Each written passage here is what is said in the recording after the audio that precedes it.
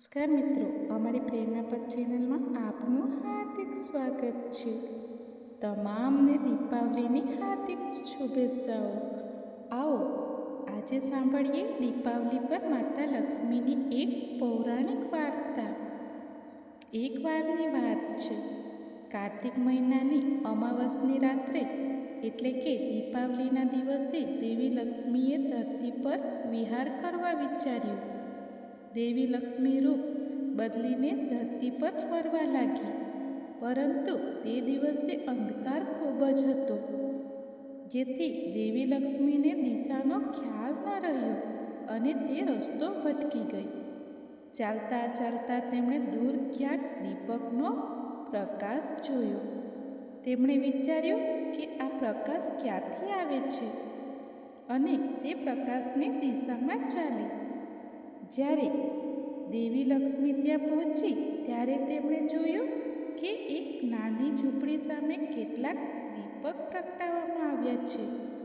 તે ઝૂંપડીમાં એક વૃદ્ધ સ્ત્રી રહેતી હતી, જેણે પોતાના ઘરનો દરવાજો ખુલ્લો રાખ્યો હતો અને પોતાના આંગણામાં બેઠી કામ કરી રહી હતી. દેવી લક્ષ્મીએ તે વૃદ્ધ સ્ત્રીને રાત રહેવા માટે સ્થાન માંગ્યું.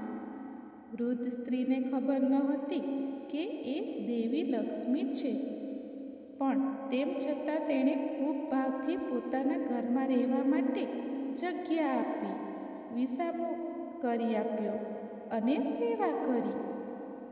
દેવી લક્ષ્મીએ રાત્રે ત્યાં રોકાઈ ગઈ.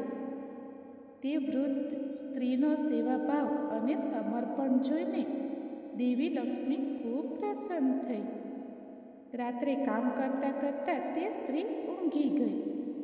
સવાર થતાં જ જ્યારે તે સ્ત્રી જાગી ત્યારે જોઈને આશ્ચર્યચકિત થઈ ગઈ. તેની સાદી ઝૂંપડી એક સુંદર મહેલમાં પરિવર્તિત થઈ ગઈ હતી. ઘર ધન ધાન્યથી ભરાઈ ગયું હતું. ક્યાંય કોઈ અભાવ ન હતો. તે સ્ત્રીએ વિચાર્યું કે આ ચમત્કાર કોણે કર્યો હશે.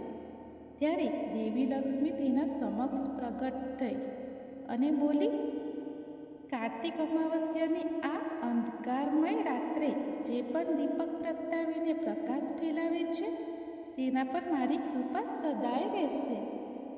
ત્યારેથી દર વર્ષે કાર્તિક અમાસની રાત્રે પ્રકાશનો ઉત્સવ મનાવવાની અને દેવી લક્ષ્મીનું પૂજન કરવાની પરંપરા શરૂ થઈ, જેને આપણે દીપાવલી તરીકે ઉજવીએ છીએ.